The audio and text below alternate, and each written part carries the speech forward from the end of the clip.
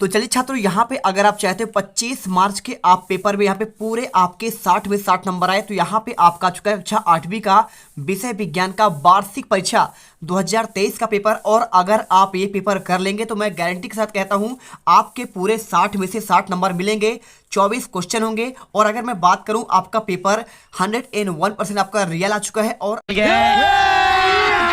अभी मजा आएगा ना भिड़ो। और आपको इन क्वेश्चन को अच्छे से याद कर लेना। अगर मैं बात करूं, देखिए सबसे पहले आपका ऐसा आपका यहाँ पे पेपर होगा।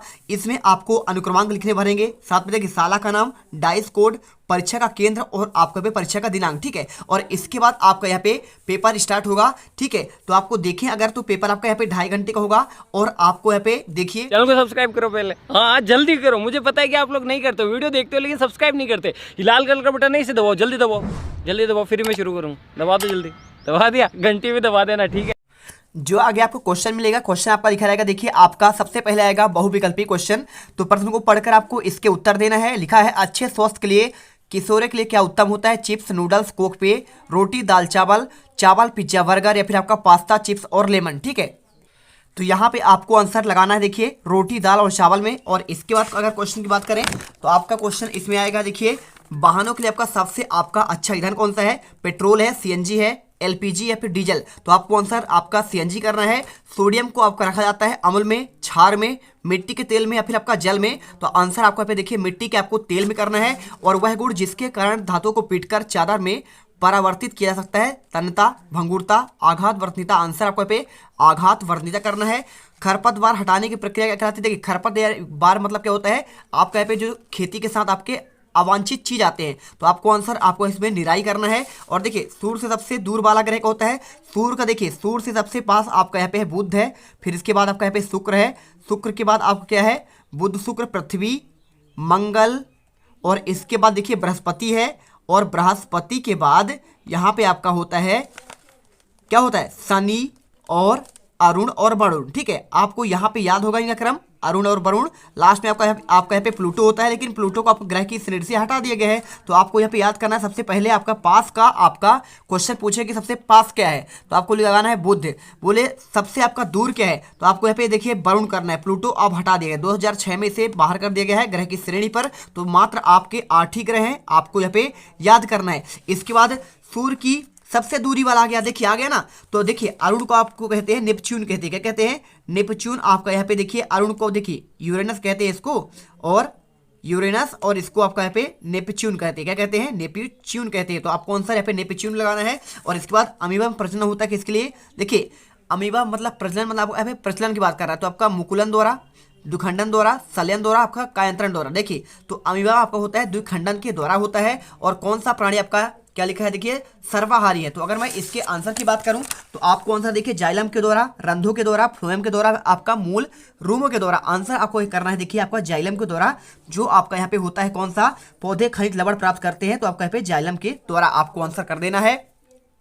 इसके बाद क्वेश्चन आपका आता है 9 नंबर, आमाशय में अम्ल स्थापित होता है? हाइड्रोक्लोरिक अम्ल, साइट्रिक या फिर लैक्टिक? तो देखिए लैक्टिक आपका दही में होता है, एसिटिक आपका यहाँ पे अचार में होता है, साइट्रिक आपका जो होता है आपका सेब में होता है, और हाइड्रोक्लोरिक आपका होता है आमाशय में। बस आपको दिल से वीडियो लाइक करना है और चैनल को सब्सक्राइब करना है। हर एक बच्चा यहाँ पे चैनल को सब्सक्राइब कर लेना। और इसके बाद क्वेश्चन देखिए, पादपों में भोजन का परिवहन होता है? फ्लोएम के द्वारा, रंध्रों के द्वारा, जाइलम के द्वारा, मूल रोमों के द्वारा। देखिए अब यहाँ पे क्वेश्चन आता है 11वां से लेकर वो 20 तक, ठीक है। तो पहला पूछा गया परावर्तन के नियम। तो लिखिए परावर्तन, पहला देखिए आपतन कोण तथा परावर्तन कोण सदैव आपका बराबर होते हैं। और आपतित किरण, परावर्तित किरण, अविलंब, तीनों आपका एक ही तल पर होते हैं। और देखिए विद्युत लेपन किसे कहते हैं? तो आपको आंसर लिख देना है, विद्युत धारा में वस्तुओं पर लेपन की क्रिया विद्युत लेपन कहलाती है। जैसे देखिए समान धातु के आभूषण को सुंदर बनाने के उन पर सोने की परत चढ़ाना। और इसके बाद आपका यहाँ पे नेक्स्ट क्वेश्चन आ गया, लोहे की वस्तु को संक्षारण से बचाने के लिए उस पर तांबे की परत चढ़ाना। और क्वेश्चन 13वां लिखा है, स्नेहक किसे कहते हैं? तो इसे पढ़ लीजिए। देखिए मशीन के पार्टों के बीच होने वाले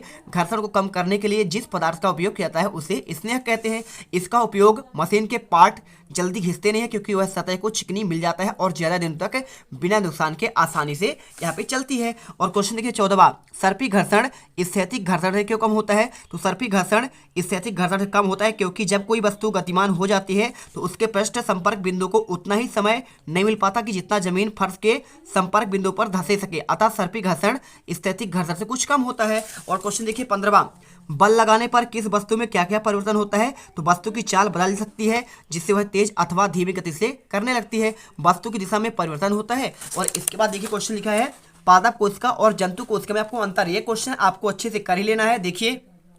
देखिए आपको यहाँ पे आंसर मिल जाएगा पादप कोशिका और आपका जंतु कोशिका, ठीक है। तो आपको देखिए इसमें कोशिका भित्ति पाई जाती है और इसमें कोशिका भित्ति नहीं पाई जाती है। इसमें सेंट्रोसोम पाया जाता है और इसमें आपका सेंट्रोसोम नहीं पाया जाता है। यदि आपको इससे अधिक और याद करना है तो आप यहाँ पे देख लो, इसमें आपके बहुत सारे मिल जाएंगे। तो आप इससे भी आप यहाँ पे देखकर आंसर याद कर सकते हैं। जो आपको अच्छा लगे आप यहाँ पे देख लो और इनको अच्छे से याद कर लो। 3-3 पॉइंट 4-4 पॉइंट आप कम से कम यहाँ पे याद कर लीजिए। और एक क्वेश्चन आपको और रेडी करना है। तो देखिए आप यहाँ पे इसका याद कर लो। देखिए आपका ये है पादप कोशिका, आपका देखिए ये आपका पादप कोशिका का आपका इसमें क्या है, देखिए आपका ये पादप कोशिका का चित्र है, नामांकित चित्र आपका आएगा। तो आप इसे याद कर लेना। जो आपके 70% क्वेश्चन इसी से आएंगे। बाकी आप क्वेश्चन आपके आएंगे पादप और जंतु कोशिका में आपका अंतर, तो आप इनको भी याद कर लेना। और साथ में आपको यहाँ पे मैं आपको जंतु कोशिका का दिखा दे रहा हूँ। जंतु कोशिका भी आप इसे पढ़ लीजिएगा। देखिए ये देखिए आपका जंतु कोशिका का चित्र आपको यहाँ पे ये वाला करना है। बहुत ही प्यारा आपका यहाँ पे चित्र है। और आपको गाल्गी काय, लाइसोसोम, प्रद्रव्य जलिका, केंद्रक, कोशिका द्रव्य, गुणसूत्र, कोशिका झिल्ली, केंद्रक, केंद्रिका, रिक्तिका और माइटोकॉन्ड्रिया, आपको यहाँ पे इनको याद करना है। और इसके अलावा आपको एक और याद करना है। कौन सा? देखिए यहाँ पे आपको याद करना है। मैं आपको हर एक चीज बता दे रहा हूँ, आप यहाँ पे बने रहो। बिल्कुल कोई भी बच्चा यहाँ पे आपका फेल नहीं हो पाएगा। आपको जो याद करना है यहाँ पे आपको देखिए मानव नेत्र का आपको नामांकित चित्र याद करना है। यहाँ पे लिखा है देखिए क्रिस्टलीय लेंस, नेत्रोद, पुतली, पत्रकारिता। तो यहाँ पर देखिए आपको क्रिस्टलीय लेंस, नेत्रोद, पुतली, पत्रकारिता, स्वच्छ मंडल, काचाभ, द्रक, कोशिका, दृष्टिपटल और आपका पछमा भी, आपका ये सारी चीजें आपको यहाँ पे याद कर लेना, ठीक है। आप अच्छे से इन्हें याद कर लेना। पूरा आपका देखिए मिल गया पूरा आंसर। अब चलते हैं आपका नेक्स्ट क्वेश्चन। ये देखिए आपको मिल जाएगा धातु और अधातु में अंतर। तो एक एक बच्चा यहाँ पे इनको याद कर लेगा। देखिए धातुएं क्या होती है? अपारदर्शी होते हैं। और अधातुएं पारदर्शी आपका परिभाषक होती है। सभी धातुएं विद्युत ऊष्मा की सुचालक होते हैं। लेकिन आपका धातु क्या है? ग्रेफाइट को छोड़कर लगभग सभी आपके धातु विद्युत का कुचालक होता है। आपको यहाँ पे देखिए। और ये धातु आपका आघात, वर्तनीयता और तन्य होता है। और यहाँ पे अधातुएं आघात, वर्तनीयता, तन्य नहीं होता है। तन्यता मतलब क्या होता है? देखिए तार में बदल दें। आघात, वर्तनीय मतलब होता है उसके पीट कर उसे चादर में बदल दें। तो आपको आंसर इनको अच्छे से याद करना है। देख लीजिए आपका बहुत सारा आपका आंसर दिया गया है। तो आपको जो अच्छा लगे आप उसे देखकर यहाँ पे याद कर सकते हैं। देखिए आप इसका चाहे आपका स्क्रीनशॉट कर लो, चाहे आपका जो भी आपको याद करना है कर लीजिए। चलिए चलते हैं आपका क्वेश्चन आपका नेक्स्ट पर। कोशिका के आपका मुख्य घटक पूछा गया। तो आपका कोशिका देखिए आपको 3 घटक, कोशिका झिल्ली, कोशिका द्रव्य और केंद्रक होता है। और अम्ल वर्षा होने के कारण देखिए आपको यहाँ पे लिखा है पूरा आंसर। तो पृथ्वी के वायुमंडल में सल्फर डाइऑक्साइड और नाइट्रोजन ऑक्साइड के साथ क्रिया करके नाइट्रिक अम्ल और गंधक का तेजाब बना लेते हैं जो हानिकारक होते हैं। अम्लीय वर्षा प्राकृतिक रूप से अम्लीय प्रकृति का होता है। फलस्वरूप अम्ल वर्षा पेड़ पौधे तथा इमारतों को क्षति पहुंचाती है।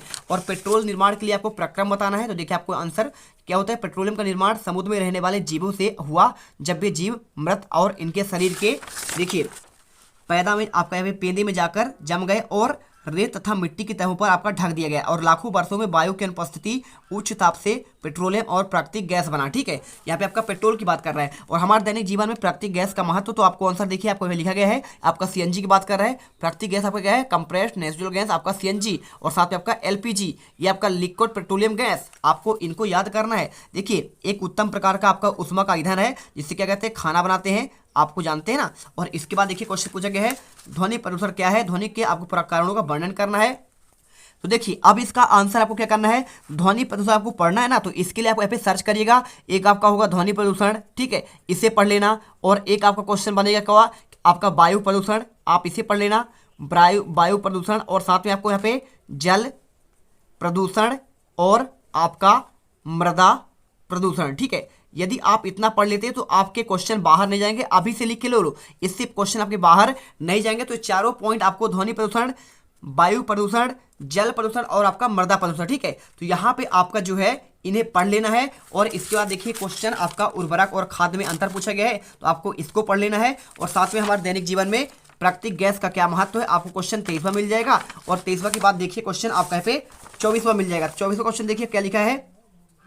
खरपतवार फसलों को किस प्रकार नुकसान पहुंचाते हैं, आप इनका आंसर ये देख लीजिए और अच्छे से याद कर लो, जिससे आपको पूरे नंबर मिल जाए और आप हर एक बच्चा यहाँ पे टॉपर्स बने। हम चाहते हैं भाई साहब कोई भी बच्चा यहाँ पे फेल नहीं हो और बोर्ड एग्जाम में टॉप करे। तो मिलते हैं नेक्स्ट वीडियो पर। जय हिंद जय भारत। वीडियो को दिल से लाइक करो और आपको यहाँ पे व्हाट्सएप लिंक दे दिया गया है, व्हाट्सएप ग्रुप में जुड़िए, आपको पूरे रियल पेपर और उसका सोल्यूशन आपको मिल जाएगा। डोंट वरी भाई साहब, आप यहाँ पे रसगुल्लो गर्दा मचाओगे यहाँ पे 25 मार्च के विज्ञान के पेपर में। जय हिंद जय भारत।